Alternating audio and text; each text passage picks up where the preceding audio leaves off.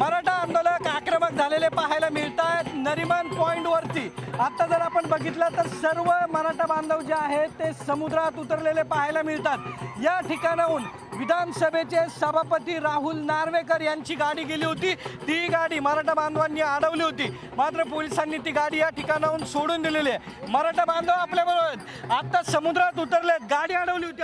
हे बघा, मनोज जरांगे पाटलांच्या मागण्या एकदम रास्त आहे। जर त्या आज मान्य नाही केल्या तर उद्या तुम्हाला मुंबई ही जाम झाल्याशिवाय मुंबई जाम झाल्याशिवाय राहणार नाही। आज आम्ही समुद्रात उतरलोय, उद्या जर आम्ही मुंबईमध्ये उतरलो तर मुंबई पूर्णपणे ब्लॉक करू आणि हा तुम्हाला श्रीलंकेची आठवण करून देतोय। तशी परिस्थिती येत्या दिवसात मुंबईत नक्कीच होणार। त्यामुळे मनोज जरांगे पाटलांचं तुम्ही अंत बघू नका आणि लवकरात लवकर त्यांच्या मागण्या मान्य करून तुम्ही मराठ्यांना न्याय द्यावा, एवढीच आमची फडणवीस साहेबांनी। म्हणजे श्रीलंकेसारखं काय करणार? आम्ही मंत्रालयात सुद्धा घुसायला कमी बघणार नाही। आम्हाला मनोज जरांगे पाटलांनी शांत बसायला सांगितलंय म्हणून आम्ही शांत आहोत। आमचा शांताचा संयम जर तुटला तर मुंबई आमच्यासाठी काहीच नाहीये। पोलीस प्रशासनाच्या मार्फत आम्हाला अडवल्या जाते। आम्ही मंत्रालयाकडे जायचा प्रयत्न केला तर आम्हाला जाऊ देत नाहीत।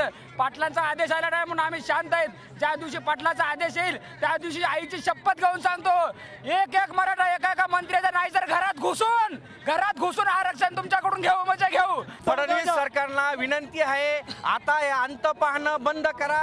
फडणवीस साहेब, हा मराठा म्हणजे हिंदूच आहे आणि तुम्ही हिंदूंच्या नावाने जेवढे मतं घेता त्याच्यातला 50-60% हिंदू आज रस्त्यावर आहे। तुम्ही हिंदूंच्या नावावर फक्त तुम्हाला मतं चालता का? आमच्या मागण्या कळा ना का तुम्हाला? नार्वेकर साहेब, या समाज तुमची वाट बघत होता, तुम्ही काचावरती करून निघून गेले आणि हा हिंदू समाज तुमच्याच पाठीमागे आहे। आरक्षण घेतल्याशिवाय जाणार नाही तर इथंच राहणार।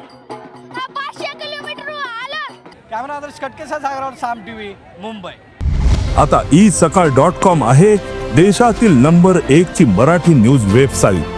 प्रत्येक अपडेटसाठी isakal.com ला नक्की भेट द्या।